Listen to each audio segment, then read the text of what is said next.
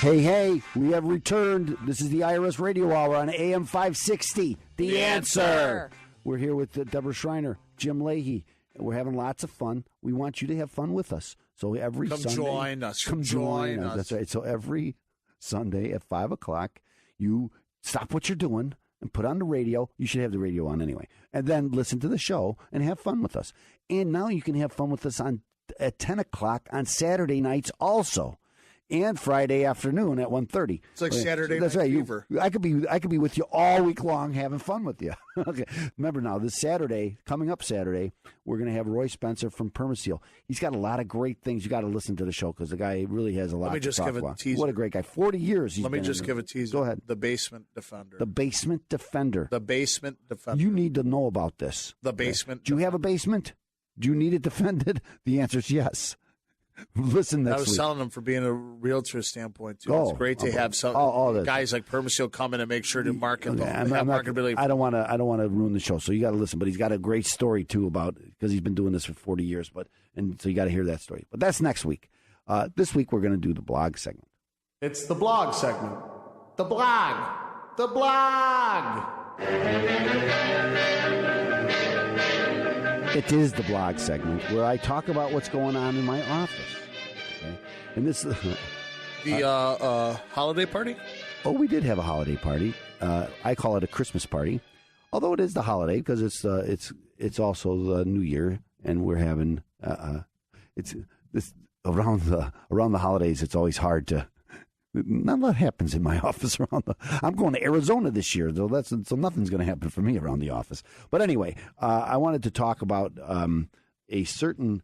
I got a call this week from somebody in Washington State, and he had a home here in Illinois, and it was foreclosed upon, and he lost the home, and now he moved to Washington State, and it appears that that the mortgage company got a judgment against him in foreclosure. I always tell people now that during the foreclosure crisis, part of the agreement was that they weren't going to seek deficiencies against people. Now, remember what a deficiency is. A deficiency is the difference between what they sell the house for at auction and what you owe them.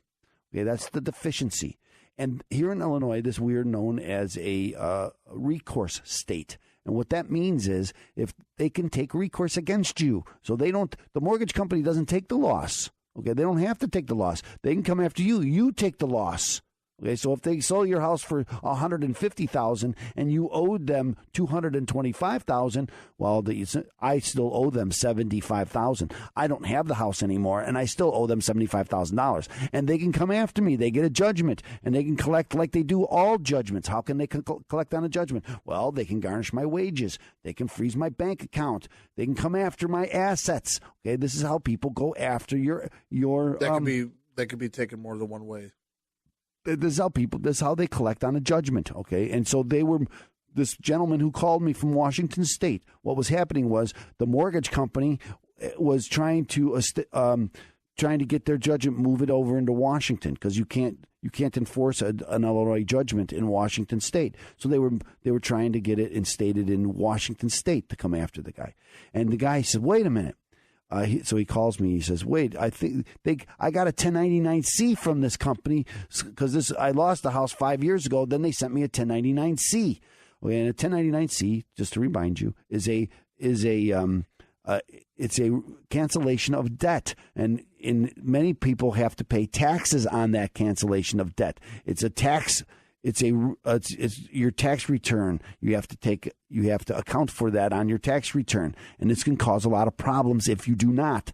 So if you get a 1099-C, do not ignore it. I think too many people do because they don't understand what it is.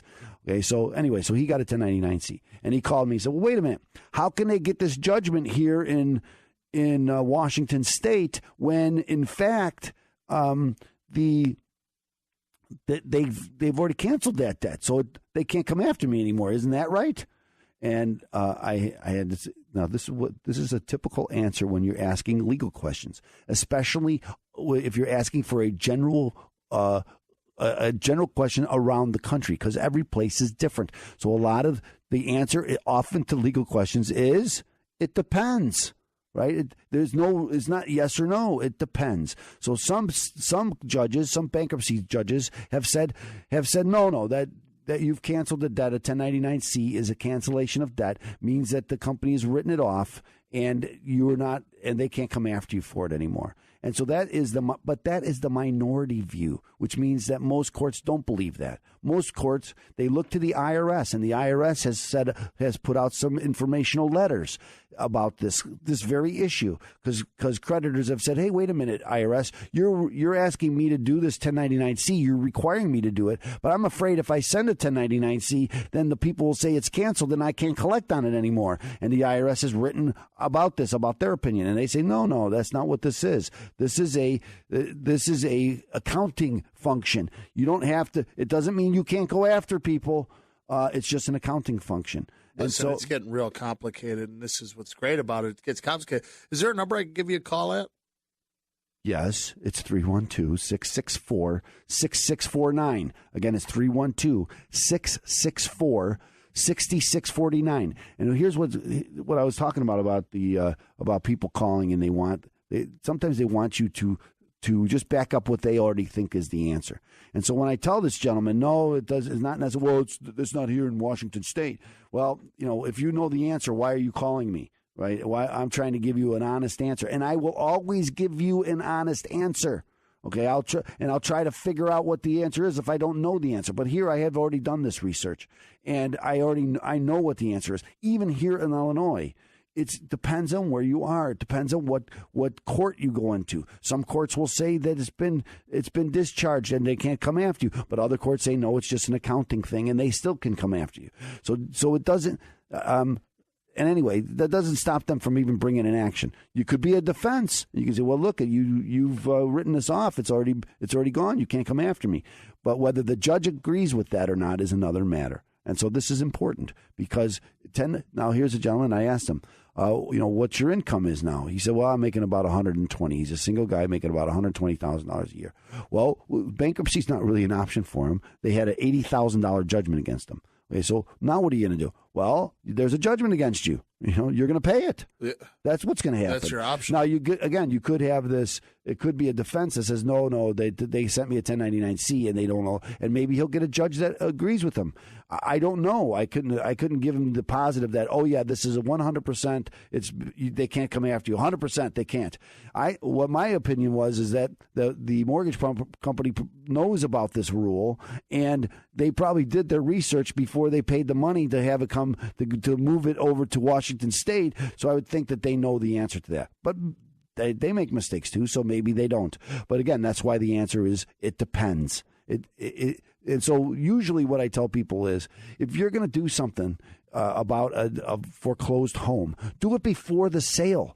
Because there's things you can do before to make sure they don't get a judgment against you and get this deficiency judgment against you. Because this deficiency judgment, if they get a judgment, it lasts forever. I might be having a temporary financial problem, but maybe that turns around, and in 3 or 4 years I start making some good money. Well, now they can come after me 3 or 4 years ago. You could have taken care of it when things were bad. So sometimes it makes sense to take advantage of a bad situation and protect yourself for the future. That just makes sense. So if you're in foreclosure, if you're falling behind in your mortgage, you should call me at 312-664-6649, and I will honestly answer your questions. I'm not trying to sell you. I mean, don't get me wrong. I help people in this line. But if you have a question, call me. I'll give you an honest answer, and that's the most you can hope for. That's right, ladies and gentlemen. Open tax resolution 312-664-6649. And visit ChicagoTaxTeam.com. I'll give you that in just another. I'm going to give you that number again. But remember, take care of your situation now. Don't let it fester. Don't let it become an issue because, as Attorney Stephen Leahy said, well, I don't have anything now. Well, guess what? You might have something in the future, and then it's going to harm you then. That's right. So take action now. Open tax resolution is there for you. 312-664-6649 and visit ChicagoTaxTeam.com. is going to be your hub to fight the IRS. Now, ladies and gentlemen, remember, stay tuned because we not only the IRS Radio Hour, but we also have the Trust Radio Network. You can also go to WatchTalkRadio.com. You can watch our show live stream every Friday at around 1:30. Ladies and gentlemen, remember, open tax resolution is there for you. 312-664-6649. Now listen to our sponsors and come back on AM 560. The answer.